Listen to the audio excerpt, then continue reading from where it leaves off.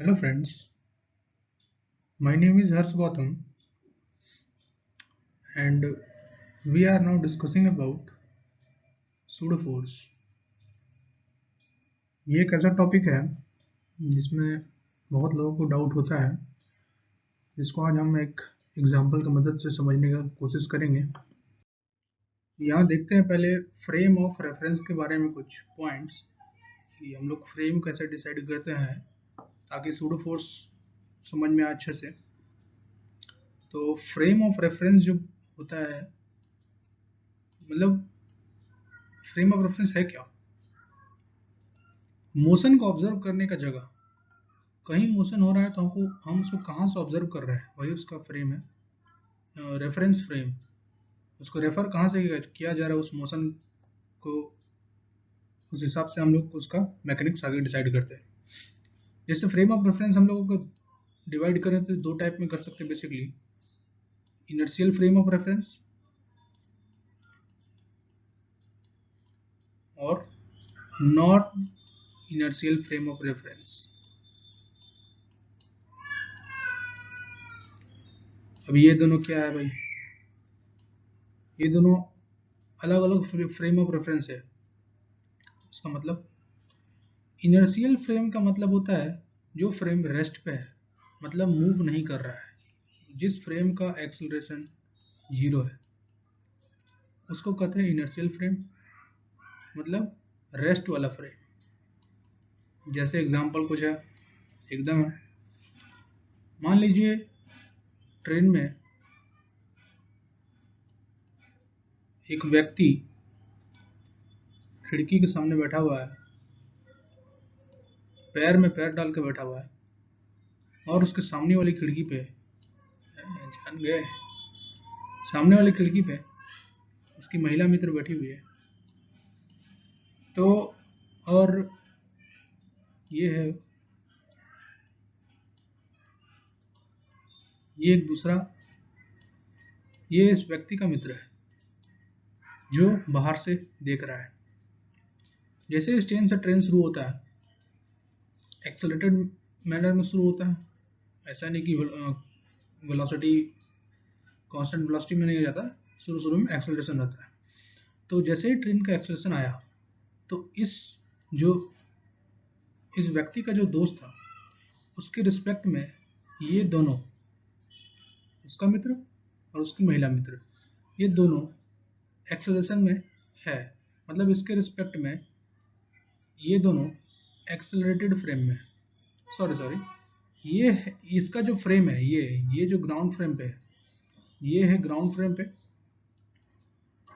ये ग्राउंड पे है, ये ग्राउंड फ्रेम पे है, मतलब इसका फ्रेम का एक्सेलरेशन है 0। मतलब इसके रिस्पेक्ट में अगर हम लोग इसके ऊपर कोई भी मैकेनिक्स चलाएंगे, न्यूटन का सेकंड लॉ लगाएंगे, थर्ड लॉ लगाएंगे, वैसे ही न्यूटन का थर्ड लॉ तो हर जगह वैलिड है, पर न्यूटन का सेकंड लॉ केवल इनर्शियल फ्रेम पे वैलिड होता है, नॉन इनर्शियल फ्रेम पे वैलिड नहीं होता है। तो इसका जो रेस्ट वाला फ्रेम है, तो ये है इसका इनर्शियल फ्रेम, मतलब जो फ्रेम रेस्ट पे है। नॉन इनर्शियल फ्रेम मतलब जो फ्रेम का एक्सेलरेशन 0 नहीं होता है, मतलब उसके पास कोई एक्सेलरेशन है फ्रेम के ऊपर। जैसे ये अपने महिला मित्र के रिस्पेक्ट में एक्सेलरेटेड फ्रेम पे है, इसका मतलब अगर इसके रिस्पेक्ट में हम लोग इसके ऊपर कुछ लगाएंगे मैकेनिक्स या न्यूटन्स के लॉ लगाएंगे तो वो वैलिड नहीं है। क्यों? क्योंकि ये नॉन इनर्शियल फ्रेम के ऊपर दोनों बैठा हुआ है। इसलिए नॉन इनर्शियल फ्रेम में मैकेनिक्स लगाने के लिए, न्यूटन का सेकंड लॉ यूज करने के लिए हम लोग एक फोर्स यूज करते हैं, सूडो फोर्स। ये सूडो फोर्स कहाँ लगाया जाता है? नॉन इनर्शियल फ्रेम पे। क्यों लगाया जाता है? न्यूटन का सेकंड लॉ यूज करने के लिए। क्यों न्यूटन का सेकंड लॉ यूज करने के लिए? इसको एक एग्जांपल से सब समझ लेंगे हम लोग, आगे समझा देंगे। ये सूडो फोर्स कोई झूठा फोर्स, नाम इसका सूडो मतलब क्या, झूठा फोर्स, ऐसा कोई झूठा उठा है नहीं। सूडो फोर्स मतलब वो फोर्स जो न्यूटन का सेकंड लॉ वैलिड कराने के लिए किसी नॉन इनर्शियल फ्रेम पे लगाया जाता है, इनर्शियल फ्रेम पे नहीं, नॉन इनर्शियल फ्रेम पे लगाया जाता है। ऐसा नहीं कि इनर्शियल फ्रेम में लगा दिए सूडो फोर्स, यहाँ कोई मतलब नहीं इसका है लगाने का। नॉन इनर्शियल फ्रेम में लगाया जाता है, क्यों? न्यूटन का सेकंड लॉ वैलिड कराने के लिए। वो क्यों होता है, कैसे होता है, आगे एग्जांपल में समझ लेंगे। सूडो फोर्स होता है, वो होता है F equal to M into A. सभी फोर्स होता है यही, net force equals to mass into acceleration. पर ये जो मास है ये बॉडी का मास है, ये भी हम लोग यूज़ करके देखेंगे तब क्लियर हो जाएगा। और ये जो एक्सेलरेशन है ये फ्रेम का एक्सेलरेशन है, बॉडी का एक्सेलरेशन नहीं है, ये फ्रेम का एक्सेलरेशन है। फ्रेम का एक्सेलरेशन इनटू बॉडी का मास, ये आता है हम लोग का सूडो फोर्स Fp। तो ये सूडो फोर्स कैसे लगा ये भी देखेंगे हम लोग।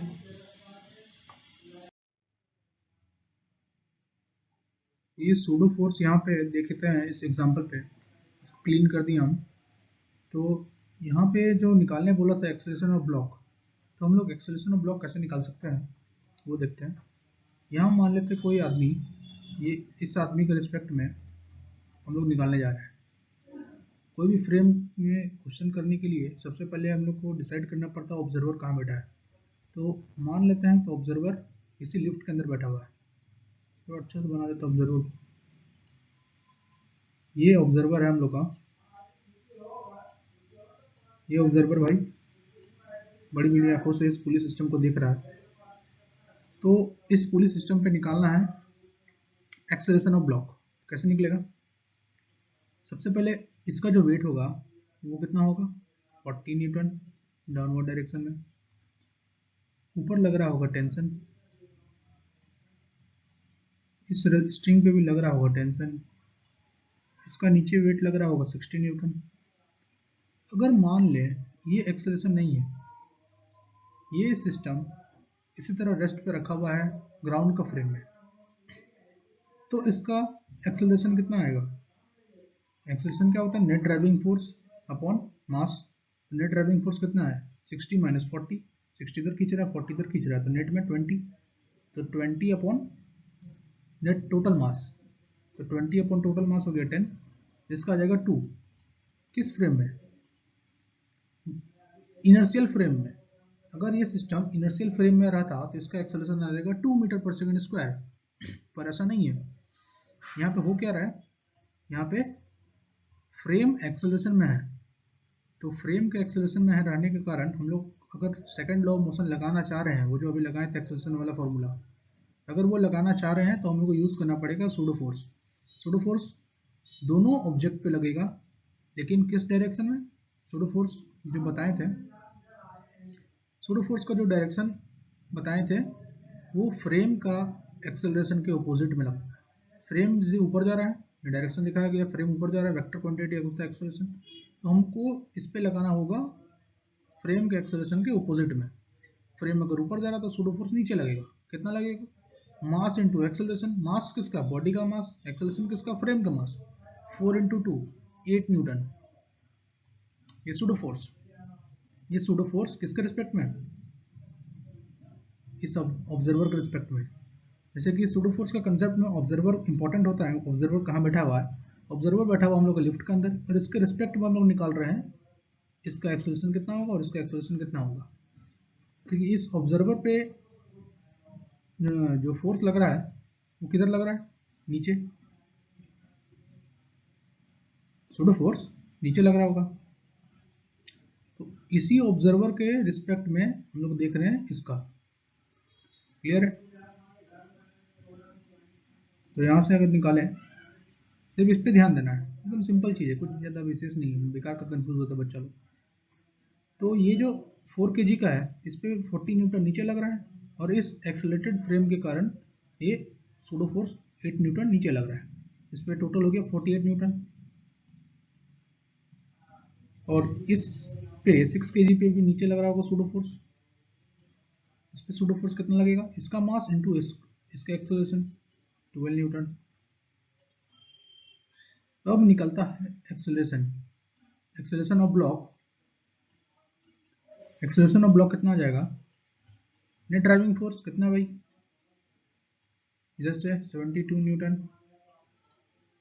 72 नीचे खींच रहा है और इधर से 48 नीचे खींच रहा है, तो net driving force 72 minus 48, net driving upon total mass 6 + 4 10 kg। तो यहाँ से कितना आ रहा है, ये 10 है, 10 kg है।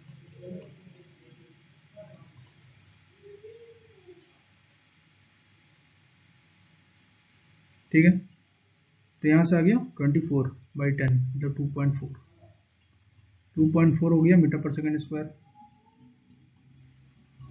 ये किसका एक्सेलरेशन हो गया, दोनों ब्लॉक का, किसके रिस्पेक्ट में, फ्रेम के रिस्पेक्ट में, मतलब ये 6 kg नीचे जाएगा कितना से 2.4 से, और ये 4 kg ऊपर जाएगा कितना से 2.4 से। बस यही सुडो फोर्स है, ऐसा कोई विशेष थोड़ी है।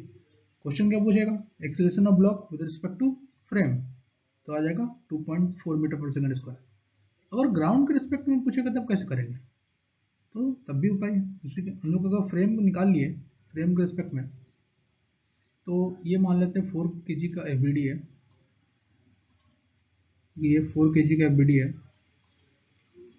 4 kg पे नीचे लग रहा है 40 मास, और इस पे लग रहा है नीचे 8। यहाँ से टेंशन भी कैलकुलेट कर सकते हैं, टेंशन भी सेकंड इक्वेशन लगाकर, सेकंड इक्वेशन ऑफ मोशन, नीचे एक्सेलरेशन मिल गया, नेट फोर्स मिल गया नीचे, यहाँ से कितना आ जाएगा 72 minus T equal to mass into acceleration, ये हो जाएगा, टेंशन निकल जाएगा। तो यार टेंशन निकालने के आसान चीज़ है, एक्सेलरेशन बताते हैं ग्राउंड के रिस्पेक्ट में कैसे निकलेगा। तो ग्राउंड के रिस्पेक्ट में निकालने के लिए क्या करेंगे, रिलेटिव मोशन वाला जो है चैप्टर उसका यूज़ करेंगे। तो acceleration of 4 kg with respect to lift कितना है, ऊपर जा रहा है प्लस 2.4 से, प्लस 2.4, तो acceleration of 4 kg minus acceleration of lift equal two plus 2.4 लिख सकते हैं। रिलेटिव मोशन से लिख दिए, रिलेटिव मोशन में होता है ना, velocity of A with respect to B equal to velocity of A minus velocity of B, उसी का यूज किया हम लोग यहाँ पे, इसका यूज हुआ यहाँ पे। Acceleration of 4 with respect to lift equal to acceleration of 4 kg mass into acceleration of lift. ये जो एक्सेलरेशन ऑफ 4 kg मास है किसके रिस्पेक्ट में, ग्राउंड के रिस्पेक्ट में, minus acceleration of lift, acceleration of lift दिया हुआ है तो हम लोग आराम से यहाँ से निकाल सकते हैं। एक्सेलरेशन ऑफ 4 kg कितना हो जाएगा 2.4 plus acceleration of lift 2 kg, यहाँ से आ गया 4.4 मीटर पर सेकंड स्क्वायर। उसी तरह 6 kg के भी निकाल सकते हैं, कोई बड़ा बात नहीं। Okay, thank you very much.